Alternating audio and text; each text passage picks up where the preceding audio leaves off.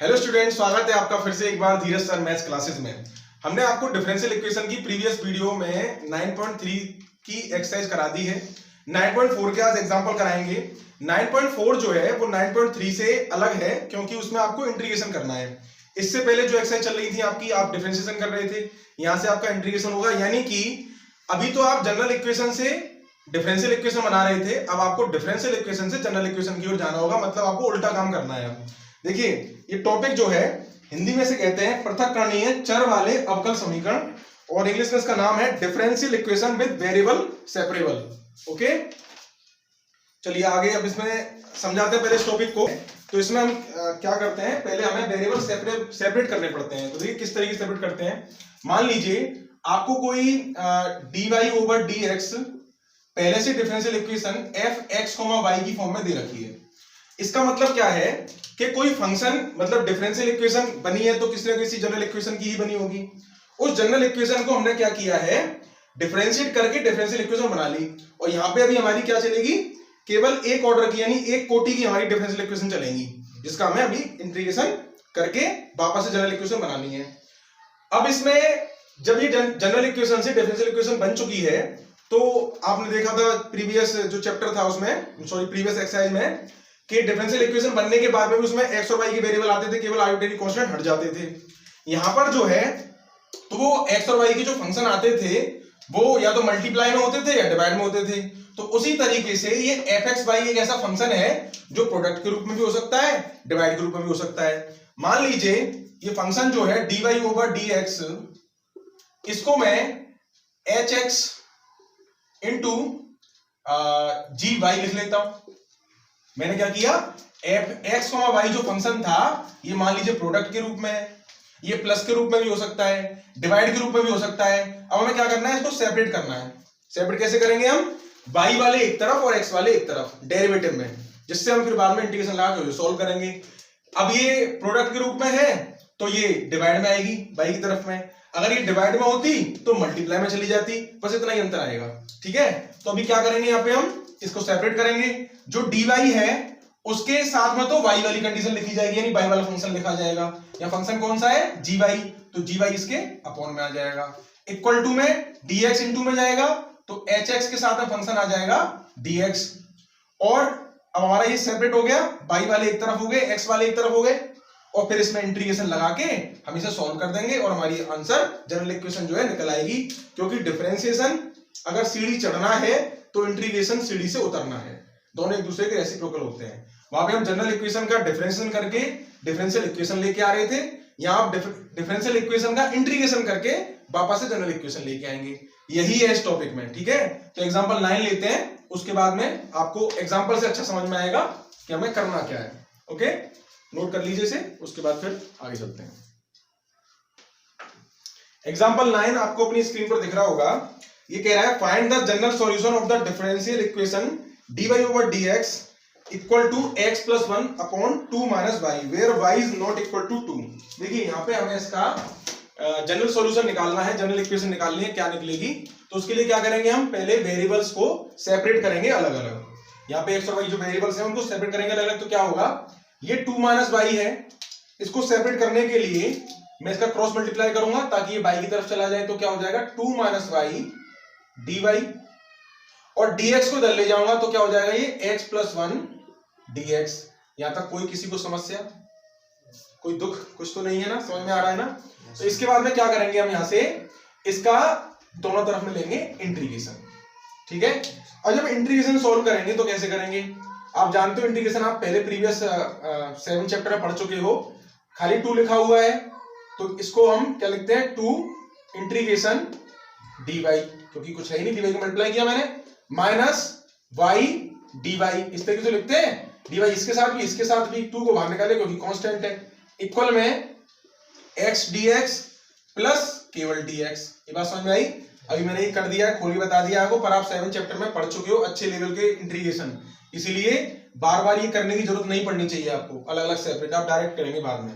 तो 2 तो बाहर आ गया, dy का क्या होता है, y होता है केवल, 1 का क्या होगा, dy का y तो होगा क्योंकि यहाँ 1 है, माइनस y का क्या होता है, y स्क्वायर अपॉन 2, पता है ना, पावर में एक ऐड कर देते हैं, तो y की पावर 1 है तो 1 + 1 2 अपॉन 2 इक्वल टू x का ऐसी x² अपॉन 2, क्लियर, और प्लस 1 का हो जाएगा x, और साथ में हमें कोई ना कोई कांस्टेंट लगाना पड़ता है।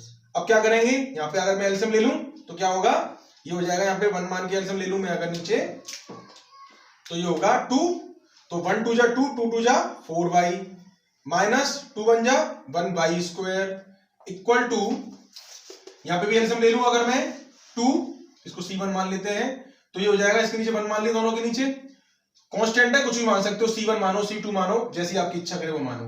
तो 2 से 2 गया 1 टाइम, 1 का गया तो x² प्लस 1 से 2 2x प्लस 2c1, 2 से 2 कैंसिल, अब क्या होगा, ये हो गया 4y minus y² equal to x² plus 2x plus c, where c equal to 2c1। मैंने क्या किया, जो पूरा कांस्टेंट था 2c1 उसको c लिख दिया, तो उसमें भी कोई दिक्कत नहीं है, ये भी आप कर चुके हो पहले। अब क्या करेंगे, इक्वेशन आपकी बन चुकी है, या तो आप इसी को आंसर लिख दो, या फिर क्या करोगे, आप सबको उठा के एक तरफ ले जाओ, तो क्या हो जाएगा, इसको उठा के तो ले जाऊंगा, देखो मैं x² पहले से ही है, इसको ले गया तो प्लस के y² हो गया, ये प्लस के 2x है, इसको ले गया तो माइनस के 4y हो गए आपके, और प्लस c पहले से ही था इक्वल टू 0। ये आपकी जनरल इक्वेशन बन गई, जिसकी डिफरेंशियल इक्वेशन ये थी। ओके, समझ में आ गया, चलिए इसको नोट करिए, उसके बाद फिर आगे चलते हैं। एग्जाम्पल नंबर 10 देखिए, इसमें दिया हुआ है find the general solution of the differential equation dy/dx is equal to 1 + y² upon 1 + x²। कितना सिंपल सवाल है, सिर्फ आपको सेपरेट करके इंटीग्रेशन करना है। देखिए dy ओवर 1 + y² को नीचे ले आऊंगा मैं, क्योंकि y² वाले एक तरफ करना है, y वाले एक तरफ और x वाले एक तरफ, इक्वल टू dx को ऊपर ले गया, dx अपॉन 1 + x²। अब क्या करेंगे, टेकिंग इंटीग्रेशन बोथ साइड, ये कर दिया हमने। अब ये तो आप फॉर्मूला जानते हो कि 1/1 + y² क्या होता है, tan इनवर्स y होता है, पढ़ा हुआ है आपने ये 7 चैप्टर में। उसके बाद में ये tan इनवर्स x हो जाएगा, क्योंकि 1 + x² है, और प्लस c तो कांस्टेंट लगाते हैं, वही आपकी differential equation. Example 10 is clear, okay, note करिए इसको पॉज करके। एग्जांपल नंबर 11 थोड़ा सा इंटरेस्टिंग है। देखिए इसमें हमें जो है कांस्टेंट की वैल्यू भी निकालनी है, तो कांस्टेंट की वैल्यू निकालने के लिए हमें x और y की वैल्यू दे रखी है, मतलब पहले आप इसकी अभी वैल्यू नहीं रखेंगे, इसमें कहीं अभी नहीं रखनी है, इसको पहले सॉल्व करना है, जनरल इक्वेशन निकालनी है इसकी, उसके बाद में जो c आएगा उसकी वैल्यू निकालने के लिए हम x और y की वैल्यू पुट करेंगे। तो क्या करते हैं यहाँ पे हम पहले तो इंटीग्रेशन लेने के लिए पहले सेपरेट करेंगे ना, dy/y² इक्वल टू माइनस के 4x dx, क्लियर। मैंने क्या किया, dy के नीचे y² को लेके आया और dx को मल्टीप्लाई में ले गया, माइनस 4x इंटू dx। अब जब मैं दोनों तरफ में इंटीग्रेशन लगाऊंगा तो क्या होगा, y² है तो पहले इसको लिख देता हूं y की पावर -2 dy, क्योंकि -2 है, 2 है तो ऊपर जाके माइनस की पावर हो जाएगी, इक्वल टू माइनस के 4x dx, क्लियर। क्या किया मैंने, जब पावर प्लस की होती है तो ऊपर ले जाने पर माइनस की हो जाती है, ये भी आप पढ़ चुके हो 7 चैप्टर में। अब इसका इंटीग्रेशन करेंगे तो क्या होगा, y की power -2 + 1 upon -2 + 1 equal to -4 x की पावर 1 + 1 अपॉन 1 + 1 प्लस c। यहां से क्या हुआ, ये माइनस की सॉरी y की पावर -1 अपॉन ये -1 equal to -4 into x² upon 2 से ये 2 टाइम्स कैंसिल प्लस c। अब क्या होगा, यहां से इस y को नीचे ले जाऊं, जो पावर प्लस की हो जाएगी, तो माइनस के 1 अपॉन y इतना हो जाएगा, ये भाई माइनस को मैंने आगे लगा दिया यहाँ पर, और y की पावर -1 को नीचे ले गया, तो प्लस की पावर हो गई, +1 को लिखते नहीं है, इक्वल टू माइनस के 2x² प्लस c, ये इतना हो गया। अब क्या करेंगे, यहां से आगे हम इससे आगे हमें जो वैल्यू दे रखी थी उनको पुट करके c की वैल्यू निकालेंगे। यहां से आप इसे क्या कर सकते हो, क्रॉस मल्टीप्लाई भी कर सकते हो, x y को एक तरफ लेके जा सकते हो।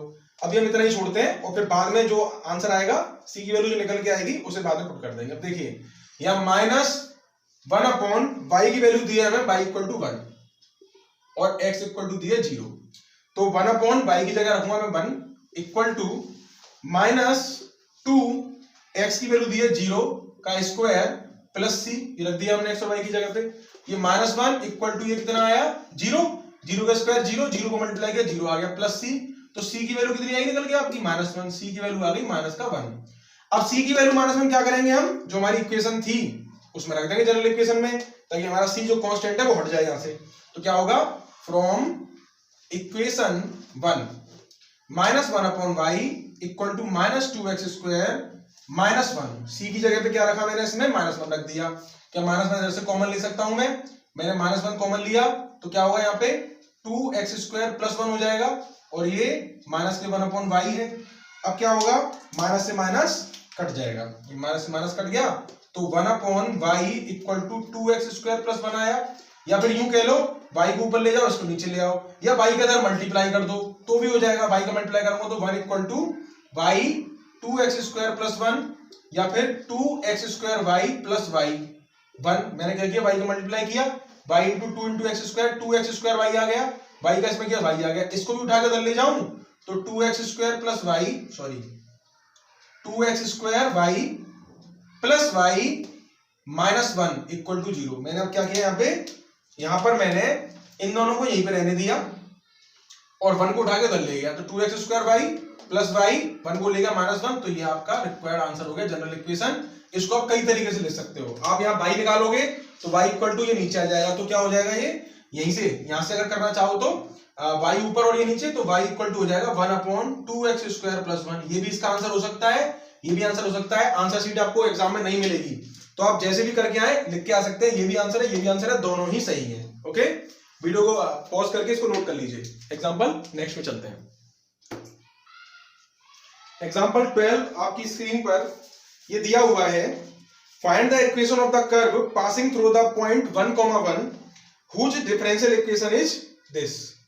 और हिंदी में बोला हुआ है इसने, बिंदु 1,1 से गुजरने वाले ऐसे वक्र का समीकरण कीजिए, ज्ञात कीजिए जिसका अवकल समीकरण ये दिया हुआ है। ठीक है, अब इसका मतलब समझाता हूं मैं आपको क्या है। देखिए, ये कोई डिफरेंशियल इक्वेशन है, इस डिफरेंशियल इक्वेशन से जब हम इसको सॉल्व करेंगे तो कोई कर्व बनेगा। मान लीजिए वो कर्व ऐसा बन रहा है, ऐसा बन रहा है, हमें नहीं पता अभी कैसा बनेगा, जब बनेगा तो बनेगा। अब वो ये कह रहा है कि वो जो वक्र बनेगा ना, जो भी कर्व बनेगा, वो कर्व इस पॉइंट से होकर जाएगा। मान लीजिए ये पॉइंट यहां पर है 1,1, कहीं पर भी हो सकता है, किसी भी कर्व में कोई भी जगह पे हो सकता है वो पॉइंट। जैसे ये पॉइंट मान लीजिए P है, तो P पॉइंट यहां भी हो सकता है, यहां भी हो सकता है, यहां भी हो सकता है। पर ये पक्की बात है कि अगर ये कर्व इस पॉइंट से होकर गुजरेगा तो यानी कि ये पॉइंट जो है उस कर्व को सेटिस्फाई करेगा। सेटिस्फाई करने का मतलब क्या है, उसका मतलब है कि उस कर्व में उसकी वैल्यू रखने पर दोनों की दोनों LHS RHS दोनों इक्वल होंगी। सेटिस्फाई करने का मतलब क्या होता है, जो कर्व की इक्वेशन है वो 0 प्रूव हो जाएगी। इसका मतलब यही तो है, सेटिस्फाई करने का मतलब या तो LHS = RHS प्रूव कर दो या दोनों को 0 प्रूव कर दो, है कि नहीं। तो यानी कि LHS हमें यहाँ पे क्या करना है, सेटिस्फाई का मतलब क्या है, LHS RHS दोनों बराबर होंगी, जो भी हमारी इक्वेशन निकल के आएगी। तो हम क्या करते हैं, इसको सोल्व करने के लिए पहले इसको हम वेरिएबल सेपरेट करते हैं, क्योंकि x के साथ में dy आ गया, इसका कोई मतलब नहीं बनता।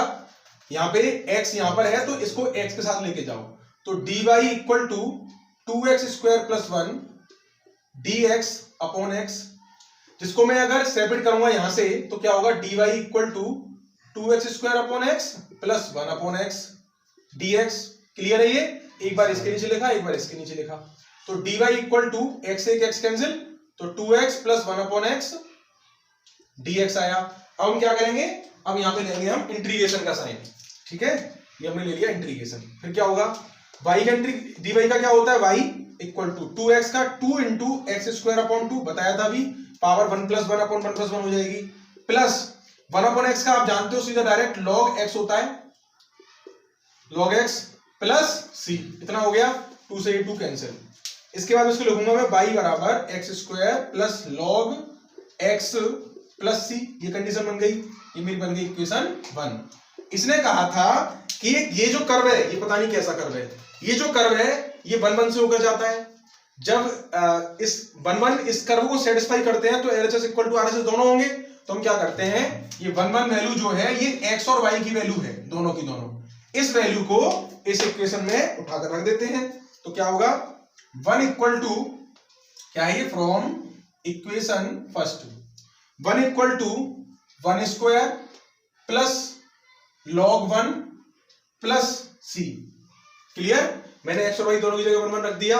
1 इक्वल टू 1 का स्क्वायर 1 ही होता है, प्लस log 1 0 होता है, प्लस c log में 1 की वैल्यू 0 होती है। ठीक है, तो अब ये क्या आया, 1 को उठा के इधर लेके आऊंगा तो 1 भी कट जाएगा, तो क्या आएगा, c इक्वल टू 0 आएगा। तो c की वैल्यू 0 आ गई, यानी कांस्टेंट यहाँ पे क्या है, 0 है।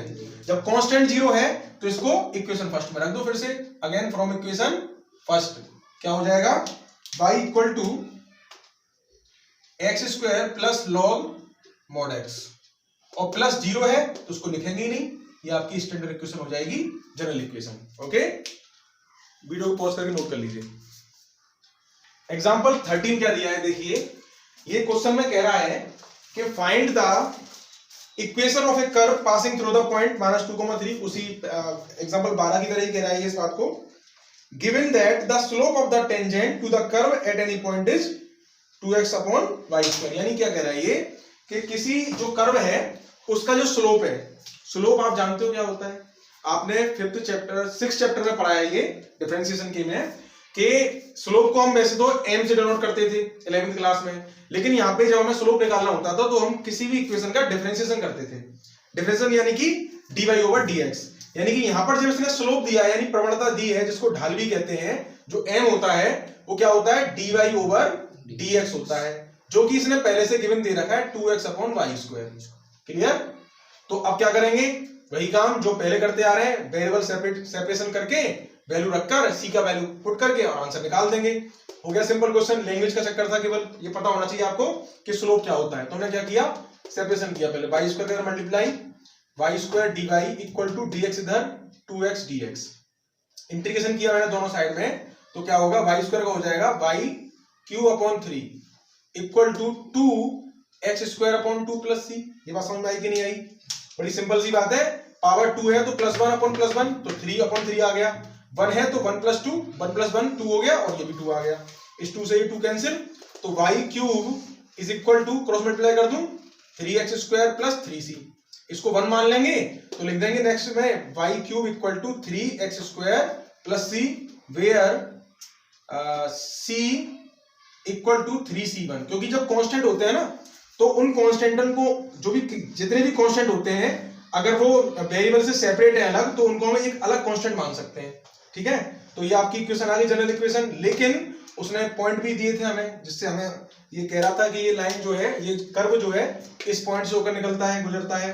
तो क्या करेंगे, इस वैल्यू पुट करेंगे यहाँ पे, ये इक्वेशन फर्स्ट मान ली, -2, 3 हम पुट करेंगे फ्रॉम इक्वेशन फर्स्ट में। तो क्या होगा, y की वैल्यू कितनी है, 3, तो 3 का cube equal to 3 into x है -2 का स्क्वायर प्लस c, क्या हुआ, y³ में y की जगह पे 3 रखा और x² में x की जगह -2 पुट किया, तो क्या होगा, ये 3 की पावर 3 होती है 27 इक्वल टू 3 इंटू 2 की पावर 2 यानी 4, और माइनस का स्क्वायर प्लस हो जाएगा प्लस c, तो 27 इक्वल टू 3 4 जा 12 प्लस c, 12 को इधर लेके आऊंगा, 27 - 12 इक्वल टू c, तो 7 में से 2 गया 5 और 7 2 में से गया 1, 15, c इक्वल टू 15 आ गया। तो आपको निकालनी थी इक्वेशन, तो फिर अगेन फ्रॉम इक्वेशन फर्स्ट क्या होगा, y³ equal to 3x² plus c की वैल्यू कितनी आई है, 15, तो 15 पुट कर देंगे और आपको अपनी रिक्वायर्ड इक्वेशन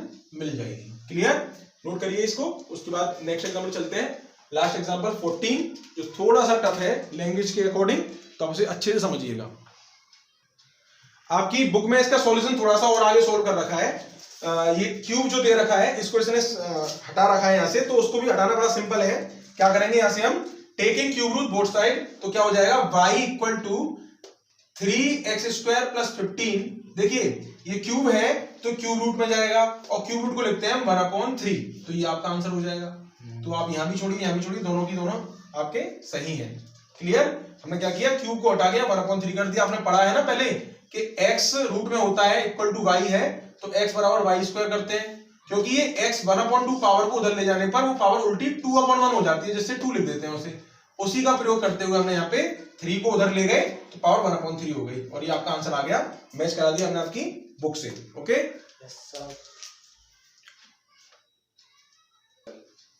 एग्जाम्पल नंबर 14 देखिए, ये हिंदी इंग्लिश दोनों आपको दिख रहा होगा स्क्रीन पर।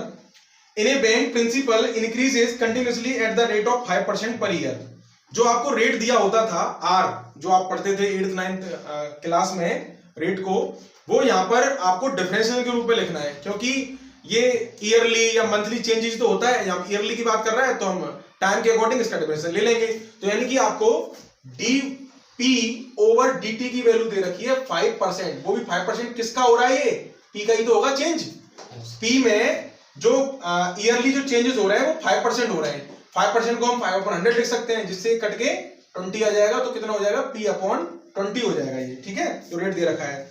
In how many years ₹1000 double itself, यानी कि अभी कुछ रुपए p होंगे हमारे पास में जो कि 1000 है, वो किसी टाइम पर, अभी का मतलब क्या है, t = 0 पर, मतलब हमने कोई भी जो वैल्यू है अभी p 1000 रुपए लगाए हैं, और तो टाइम कितना लगाएंगे, 0 पे लगाएंगे, क्योंकि 0 टाइम लेंगे, क्योंकि अभी हमने लगाया तो टाइम तो कुछ हुआ ही नहीं। उसके बाद पूछ रहा है वो कितने समय बाद ये p जो है वो 2000 हो जाएंगे। उसने 2000 बोला नहीं है, लेकिन उसने क्या बोला है कि डबल हो जाएंगे। जो हिंदी में लिखा हुआ है, किसी बैंक में मूलधन की वृद्धि, मूलधन p तो मानते हैं प्रिंसिपल की वृद्धि 5% वार्षिक, 5% वार्षिक हो रही है, तो 5% को 5/100 लिखा। किसकी हो रही है, प्रिंसिपल की, इसलिए मल्टीप्लाई है p लिखा हमने, क्योंकि p का ही तो 5% निकालेंगे हम। उसके बाद उसने कहा कि कितने वर्षों में, तो टाइम ले लिया हमने, कितने वर्षों में ये क्या हो जाएंगे, 1000 के डबल हो जाएंगे, डबल यानी 2000 हो जाएंगे। अब जब p हमने 1000 लगाया है तो t0 होगा, क्योंकि इस समय पे ही तो लगाया है हमने, t0 भी तो लगाया है। अब वो पूछ रहा है कितने समय में होंगे, तो इसको आप निकालेंगे हम।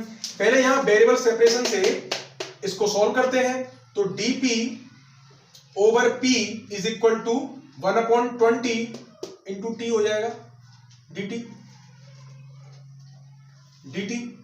इस तरीके से dt ऊपर गया 1/20 इंटू dt, और p नीचे आ गया, इतना हो गया। इसमें लगाऊंगा मैं इंटीग्रेशन, तो क्या होगा, 1/p का तो log p हो जाएगा, इक्वल टू 1/20 बाहर, और इसका हो जाएगा t प्लस c 1 मान लीजिए इसको। अब देखिए करने के इसको यहां से आगे दो तरीके। पहला तरीका तो क्या, यहीं से मैं ऐसे e की पावर में कन्वर्ट कर दूं, क्योंकि आपको पता है या नहीं पता है, मैं समझा देता हूं कि जब भी आप log x का डिफरेंशिएशन करते थे तो आपको 1/x मिलता था। क्या आपने कभी सोचा ये x जो है किस बेस पर था, ये हमेशा e के बेस पर होता है। अगर ये 10 के बेस पर होता है या और कोई इसमें संख्या आ गई, यानी कि आपका कांस्टेंट आ गया, तो उसकी कंडीशन चेंज हो जाती है, फिर इसका ये फॉर्मूला नहीं बनता, फॉर्मूला भी चेंज हो जाता है। जब यहाँ पे e होता है, और e को ज्यादातर लिख के दिखाते नहीं है, तो खाली log लिखा होता है, इसका मतलब यहाँ पे e लिखा है। अगर कुछ और होगा, 10 होगा, 11 होगा, 2 होगा या 5 होगा, तो उसे लिख के दिखाएंगे, नहीं लिखा हुआ तो e माना जाता है। तो इसीलिए हम 1/x करते थे। तो 1/x से जब हमने इंटीग्रेशन किया तो log x बना, जो कि यहाँ बन चुका है, x की जगह पे p है तो p बन गया। अब यहाँ पे दिखाया हुआ नहीं है, इसका मतलब यहाँ पे e माना जाएगा नीचे। और कंडीशन एक और पढ़ी होगी आपने छोटी क्लासेस में कि a b बराबर n अगर लिखा हुआ है, क्या log a के बेस पर b की वैल्यू n है, तो इसको जब हम घातांक रूप में लिखते थे, यानी कि इंटीग्रेशन स्टर्स के रूप में लिखते थे, तो क्या होता था, इसकी पावर ये बराबर ये लिखते थे, यानी कि a की पावर n बराबर b लिखा जाता था, कि इसकी पावर ये बराबर ये। तो उसी तरीके से हम इसको यहां से चेंज कर सकते हैं, e की पावर ये बराबर ये आ जाएगा, करना चाहे तो क्या होगा, e की पावर ये पूरा e की पावर में चला जाएगा, इक्वल टू ये हो जाएगा। तो ये आपकी जो बुक में सोल्व कर रखा है ये उस हिसाब से है, मैं आपको दोनों तरीके से करके बताऊंगा, ठीक है। अभी आप इसको समझिए। यहां से देखिए, अभी हम बुक के तरीके से नहीं करते, अलग तरीके से करते हैं इसे। हमने क्या किया, इसको यहीं छोड़ दिया, अभी ई नहीं लगा रहे, ठीक है। डायरेक्ट करते हैं इसे हम। यहां से हमारी इक्वेशन बन गई फर्स्ट, क्लियर। इसने बोला पहली कंडीशन थी p क्या है, when p equal to when t equal to 0 then p equal to कितना है 1000 है ना, t0 यानी अभी लगाया पैसा हमने मार्केट में, तो क्या होगा ये log 1000 इक्वल टू 1/20, t की वैल्यू कितनी है 0 प्लस c1, 0 से ये पूरा 0 हो गया, तो यहां से c1 की वैल्यू कितनी आई, log 1000 आ गई, क्लियर।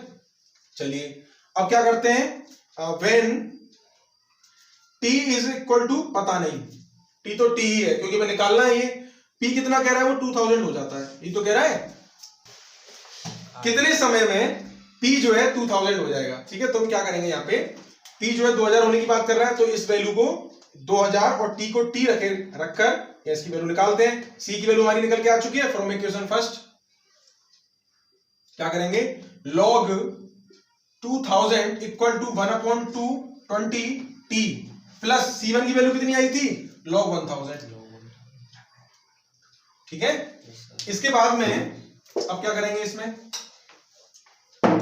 यहां पर जो है इसको एक तरफ लेके आएंगे, तो log 2000 माइनस के log 1000 इक्वल टू 1/20 t हो जाएगा। इतना हो गया। अब ये जो प्रॉपर्टी बन रही है यहाँ पे, कौन सी बन रही है, ये बन रही है log a minus log b, जो कि होती थी हमारी log a अपॉन b। ये log की प्रॉपर्टी है, जो log a minus log b जो है log a अपॉन b होती है। तो इसको हम कन्वर्ट कर देंगे, इसमें डिवाइड में चली जाएगी ये, तो log 2000 upon 1000 equal to 1/20 t हो जाएगा। ये 3 0 से 3 0 कैंसिल। ठीक है, तो अब इससे आगे क्या होगा, ये इसको थोड़ा सा और चेंज कर देते हैं यहाँ से, तो ये हो जाएगा केवल log 2, 1 का 2 में डिवाइड करूंगा 2 ही आएगा, log 2 इक्वल टू 1/20 t। तो 20 को ले जाऊं तो क्या होगा, 20 log 2 इक्वल टू t आ जाएगा।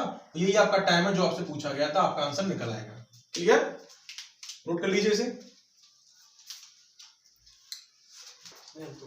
तो आपके एग्जाम्पल फिनिश हो चुके हैं।